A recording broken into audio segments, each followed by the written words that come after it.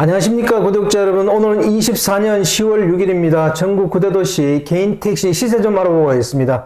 먼저 대표님 본인 소개 좀 해주세요. 예, 안녕하세요. 인천 개인택시 조합 지정업체 갈산상사 이원복입니다. 네, 대표님. 예. 9대도시 개인택시 시세 변화가 좀 있나요? 큰 틀의 변함은 없고요. 서울이 소폭 내렸네요. 서울부터 말씀드릴게요. 서울 같은 경우는 전주 대비 200만 원이 하락한 1억 1,800만 원에 거래되고 있고요. 부산은 9,800만 원, 대구는 6,100만 원, 인천은 1억 2,300만 원으로 보합세를 유지하고 있고요. 광주는 전주 대비 100만 원이 상승한 1억 3,900만 원, 대전은 1억 3,900만 원, 울산은 9,700만 원, 세종시는 2억 2천만 원, 제주도는 전주 대비 100만 원이 하락한 1억 6,500만 원에 거래되고 있습니다. 네. 대표님, 왜 서울은 200만 원 정도 빠졌을까요? 네, 서울 같은 경우는 매매 구조가 단일화되지 않고 우후죽순으로 여러 곳에서 난립을 하는 거죠. 네네. 개인 택시 조합에서 지금 관장을 해서 시작하지만은 이게 정착 단계다 보니까 좀 부작용도 따르는 거예요. 그래서 가격이 일정하지 않고 장안평 매매 상사에서 쪽에서는 1억 1,700에도 거래가 되고 1,600에도 사가라는 분들이 있어요. 네네. 매물이 있다고. 매다기집 따로, 장안평 매매업체 따로, 조합 따로, 세 업체가 서로가 따로따로 노는 거예요. 네네. 그러니까 가격이 일치할 수가 없는 거죠. 네. 예. 만약에 서울 개인택시 넘버 매매 가격이 같다면요, 양수자 입장에서는 매매 상사에서 구입하지 않고 개인택시 조합에서 구입하지 않을까요? 아무래도 신뢰성으로 따지다 보면 개인택시 조합에서 매매를 관장하게 되면은 신뢰성에 따지면 개인택시 조합으로 가겠죠. 네네. 그렇지만 가격이 일정해야 되는데 조합 같은 경우는 가격을 인위적으로 많이 올렸잖아요. 네네네. 거기에 따른 부작용이 좀 따를 수도 있는 거예요. 네네. 예. 그렇다면 장안평이 서울 개인택시 조합보다가 뭐 우월적인 지위나 또는 메리트가 있는 부분이 있을까요? 장안평 같은 경우 매매하시는 분들이 오랫동안 지속되어 있잖아요. 네. 그 지속된 관습으로 인해서 지금 매매를 쭉 이어왔고, 그리고 장안평을 떠나서 서울 구조 같은 경우는 매다기집에서 거의 60% 정도를 관장을 해요. 그러다 보니까 매다기집이 서울 시내에 쫙 깔려 있잖아요. 그러기 때문에 금액이 획일적으로 단일화될 수가 없는 거죠. 아무리 조합에서 금액을 높게 설정해도 매물을 빨리 팔고 싶어 하는 사람들은 조합까지 가지 않는다고요. 가까운 데서 매매를 하고 말지 조합까지 쫓아가서 그 큰 금액을 받는 것도 아니고 비슷하기 때문에 조합에서는 당분간 고전할 거예요. 시작하더라도. 예. 앞으로는 그럼 서울 개인택시 조합하고 일반 매매상들 간에 경쟁이 좀 될 것 같네요. 그죠? 경쟁이 될 수밖에 없는 게 서로가 밥그릇 싸움인데, 개인 택시 조합 쪽에서는 조합원들 권익을 위해서 가격을 높인다고 생각하지만은 사는 분 입장도 생각을 해야 된다고요. 시장 경제 흐름에 맡겨 가지고 오르면 오른 가격, 내리면 내린 가격으로 해서 매매가 돼야 되는데 인위적으로 가격을 설정해서는 안 된다는 얘기죠. 인천 같은 경우 지금 성공적인 사례잖아요. 인천 같은 경우에는 조합에서 관여를 안 해요.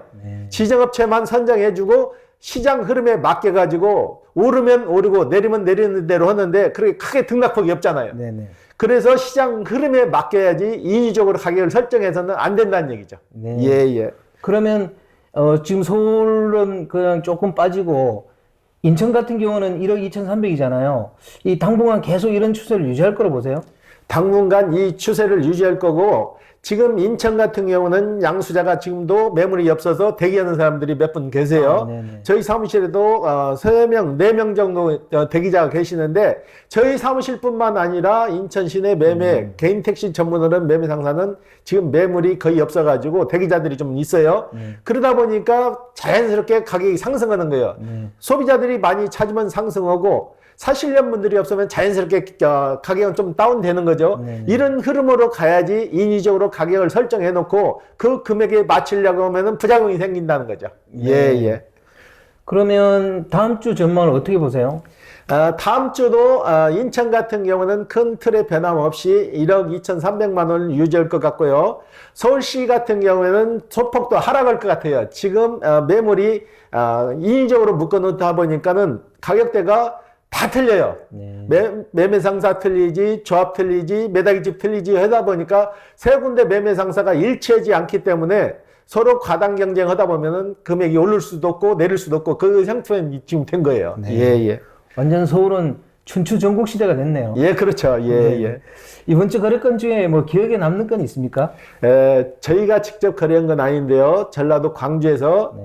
우리 아주머니가 전화를 오셨는데 그 신랑분이 법인 택시를 20몇 년간 근무를 했다고 그래요. 네. 근데 이분은 가진 돈이 수정에 돈이 없어가지고 대출을 많이 받으셨더라고. 아파트를 가지고 있어서 아파트 담보대출을 받고 우리 사모님이 비자금으로 갖고 있던 거 5천만 원에서 개인 택시를 샀는데 그 업체에서 매매를 하면서 돈을 일시불로 다 달라고 그랬나 봐요. 계약금을 2,100만 원 주고 진행을 했는데 끝나지도 않은 상태에서 잔금을 다 달라고 하니까 겁이 나니까 저희한테 전화가 왔어요. 이걸 일시불로 다 줘야 되냐. 그래서 계약서는 확실히 쓰셨냐 물어서 제가 계약서 확인하고 일시불로 달라는 거는 문제가 좀 있으니까 종결된 다음에 잔금을 줘라. 계약서 상에 일시불로 주라는 건 그 내용이 없으니까 구청에서 인하가 떨어지는 과정을 보면서 진행을 하라 그랬는데 그분이 아마 그렇게 진행을 하신 것 같아요. 저한테 2번 전화 와서 감사의 전화도 받았는데 이 금액이 크다 보니까 개인 택시를 사시는 분들은 굉장히 돌다리도 두들려 봐서 걷는다는 얘기 똑같은 거예요. 집이 어떻게 보면 집이 한 채 가격인데 그 돈 주고 개인 택시를 사는데 쉽게 한 번에 잔금을 낼 수는 없는 거잖아요. 계약금, 중도금, 잔금으로 가는 게 맞는 것 같아요. 예, 예. 그렇게 돼야 좀 안전하겠죠, 그죠? 그렇죠. 당연히. 저희도 매매를 할 때 일시불로 돈을 달라는 분도 있지만은 거의 일시불로 매입을 않는 게 팔고 나서 돌발 변수가 생긴다는 얘기예요. 그분이 나는 차를 팔았다 하고 해이된 마음에 술을 한잔 할 수도 있는 거잖아요. 다른 차를 운전하다가 음주에 걸려도 그 개인 택시 면허권이 죽기 때문에 저희도 조심스러운 거예요. 그래서 서로 간에 단계를 거쳐서 가는 거죠. 저희도 팔 때 당시 계약금, 중도금, 잔금을 받고 사시는 분도 계약금, 중도금, 잔금을 해서 종결을 시키는 거라고요. 예, 예. 대표님, 요즘 협동조합 택시 어떠냐고 이렇게 물어보는 분들이 많아요. 대표님, 협동조합 택시 어떻습니까? 협동조합 택시가 생긴 것은 2015년도에 이게 생겼거든요. 코로나19 사태가 터지면서 법인 택시들이 경영난에 빠지다 보니까 협동택시라는 타이틀을 달고 법인 택시에서 나와가지고 협동택시가 된 거예요. 이게 협동택시가 장점도 있고 단점도 좀 있어요. 기존에 잘못돼가지고 부도 나서 없어진 업체도 있고 지금 전국적으로 한 77곳 정도에서 협동택시를 지금 운행 중에 있는데 이 장점은 장단점이 좀 갈려요. 장점이라고 보면은 매월 회비를 제한 나머지 정산금은 개인이 모두 챙길 수가 있고 조합원은 시간에 구애받지 않고 일을 할 수 있죠. 그리고 조합원도 동일 지분을 갖고 있기 때문에 경영에 목소리를 낼 수가 있는 거죠. 근데 이게 단점이 더 많아요. 단점은 뭐냐? 내부 감시가 좀 수월하고 외부 통제가 안 되는 거죠. 그 다음에 시스템이 부족하기 때문에 임원진들이 배임 횡령을 해도 이걸 어떻게 잡아낼 수 있는 방법이 없는 거예요. 그리고 조합원의 의결권이 없어요. 그리고 감사의 전문성도 없고 출자금, 파산 시 출자금을 한 푼도 못 받는 거죠. 이 협동택시 같은 경우는 일정 금액의 출자금을 받거든요. 출자금을 인천 같은 경우에도 3,500 이상을 받는데 실질적으로 법인 택시가 매매됐을 때 전에는 가격이 좀 짱짱이 나갔는데 지금은 법인 택시 팔려고 내놔도 묶음으로 해서 나가지도 않고 평균 계산을 하게 되면 평균 2천만 원 선 좀 못 돌아요. 그런데 이건 출자금 형식으로 지금 나가는 금액이 3,500만 원이 훌쩍 넘었다고. 그러니까 법인 택시 하던 분들이 협동택시로 싹 타이틀을 바꾸는 거죠. 협동택시로 타이틀을 바꿔가지고 운영하는 것까지는 좋은데 출자금 관리가 안 된다는 거죠. 만약에 출자금 관리가 안 돼가지고 이게 파산했을 때 그 출자금 낸 분들은 한 푼도 돈을 받을 수가 없기 때문에 이게 문제가 되는 거죠. 지금 처음에 시작했던 협동택시 시작했던 서울 같은 경우는 70억 정도 부도가 났는데 지금 법원에 계류됐는데 이게 파산 처리가 됐고 대구 같은 경우에도 28억 정도 부도가 났는데 이것도 지금 파산 처리가 됐잖아요. 네. 이런 문제점이 뒤따르는 거죠. 네. 그럼 실제 개인 택시 양수하러 오신 분들이 협동 택시에 대해서도 대표님한테 물어보는 경우가 있어요? 종종 있죠. 개인 택시를 하시던 분들도 개인 택시를 팔고 협동 택시로 가시는 분들도 있어요. 종종. 네. 이분들도 있는데 이분들이 가장 큰 걱정은 내가 출자금을 냈는데 나중에 잘못됐을 때 그 출자금은 돌려받지 못한다는 그 불안감이 있으면서도 일단 개인 택시는 거고 협동 택시는 금액이 크잖아요. 네네. 지금 개인 택시를 준비하셨다가 협동 택시로 가시는 분들도 개인 택시가 1억 2,300만 원 금액이 크다 보니까는 협동 택시는 3천 몇백만 원이면 지금 살 수가 있잖아요. 네네. 그러니까 협동 택시로 가는데 이게 협동 택시가 너무나 단점이 더 많은 거예요. 지금 협동 택시를 운영하다가 사고가 나도 개인 택시 같은 경우는 개인한테 할증이 되지만 협동 택시는 내가 잘못해도 전체 협동 택시 회원들한테 다 분할이 똑같이 떨어진다고, 분담금이. 네. 그렇기 때문에 단점이 너무 많다는 얘기죠. 네. 예. 주로 협동 택시로 가는 분들은 어떤 분들이세요? 그러니까 개인 택시는 시작하자니 돈이 많이 필요하니까 안 되고, 그렇기 때문에 협동 택시로 가는데, 협동 택시도 아주 나쁜 건 아니에요. 출자금 관리만 잘 되고 투명하게 관리만 잘 되면 되는데 협동 택시를 관리하는 업체의 취지가 저렴하게 해서 법인 택시 경영난을 해결을 위해서 협동 택시가 생겼는데 그 출자금을 받은 거를 관리를 못해서 문제가 되는 거죠. 네네. 그 관리를 제대로 법적으로 해서 보장을 받을 수 있게끔 애탁을 해놓고 그 집행을 해야 되는데 그게 시스템이 좀 부족한 것 같아요. 그리고 정부에서 관여해가지고 나서가지고 관리도 제대로 되지를 않기 때문에 그런 거죠. 네. 예. 협동조합 택시에서는 택시를 자비로 사야 되는 경우도 있다고 하던데요. 거의 협동조합 택시도 본인이 차를 사가지고 네. 협동조합 택시 넘버만 쓰는 거죠. 네네. 그리고 협동조합 택시에 붙어있는 차량도 임대해서 쓸 수도 있고요. 예. 그러면 대표님 보시기에는 협동 택시하고 개인 택시를 비교했을 때 어떤 게 더 좋다고 생각하세요? 당연히 개인 택시가 좋은데 일단 금액적으로 부담이 크니까 협동 택시로 가시는 거예요. 네.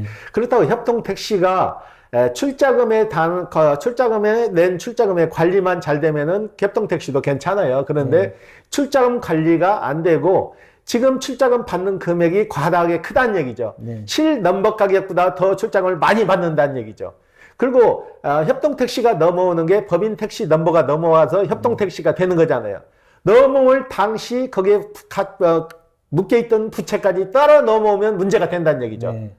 그리고 협동 택시 같은 경우는 사장이 쉽게 말해서 인사권을 가지고 있잖아요. 인사권을 갖고 있는데 자기 측근을 데려다 쓰게 되면은 이거 인사 선임이 잘못되면은 관리 자체가 투명할 수가 없다는 얘기죠. 네네.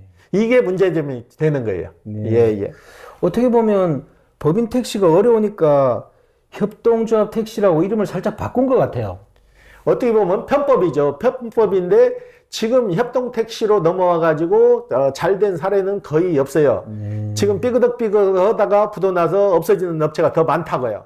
이게 전국적으로 이걸 정부에서 관리를 해야지 개개인들한테 맡겨놔서는 안 된다는 얘기죠. 네. 마지막으로 대표님, 협동조합 택시를 생각하시는 분들한테 조언 한번 해주십시오. 협동조합 택시를 하실 때 출자금을 내는데 출자금을 낼 때 서로 약정을 할 거예요. 약정을 할 때 약정을 잘 하셔야 돼요. 그래서 추후에 내가 관뒀을 때 출자금을 돌려받을 수 있는 방법이 완전하게 그 제도 장치가 돼 있나 확인하고 진행하시는 게 가장 현명한 방법일 거예요. 내가 출자금을 3천 몇백만 원 내고 나중에 관뒀을 때 그 출자금을 돌려받지 못한다면 그 문제가 되는 거잖아요. 서울 같은 경우에도 70억 부도 난데도 출자금을 지금 돌려받지 못해서 그런 거 아니에요. 네네. 대구 같은 경우에도 28억 부도 처리되는데도 거기도 출자금을 돌려받지 못한 거지. 그렇게 출자금을 받아가지고 정상적으로 관리를 해야 되는데 방만하게 관리를 했기 때문에 그런 사례가 나오니까 그 관계는 명확히 짚고 넘어가야 될 것 같아요. 예. 오늘 인터뷰 감사드립니다. 예. 네, 구독자 여러분, 오늘은 24년 10월 6일입니다. 협동조합 택시하고 개인 택시하고 이렇게 비교하시는 분들이 좀 있는 것 같아요. 그건 뭐 어떻게 말씀드릴 수는 없는 것 같고 본인이 이것저것 많이 알아보신 다음에 협동조합 택시를 할 건지 아니면 개인 택시를 할 건지 이렇게 결정해야 될 것 같습니다. 자, 호화제는 다음 주에 또 다른 주제로 구독자 여러분 찾아뵙겠습니다. 안녕히 계십시오. 호호 아지였습니다.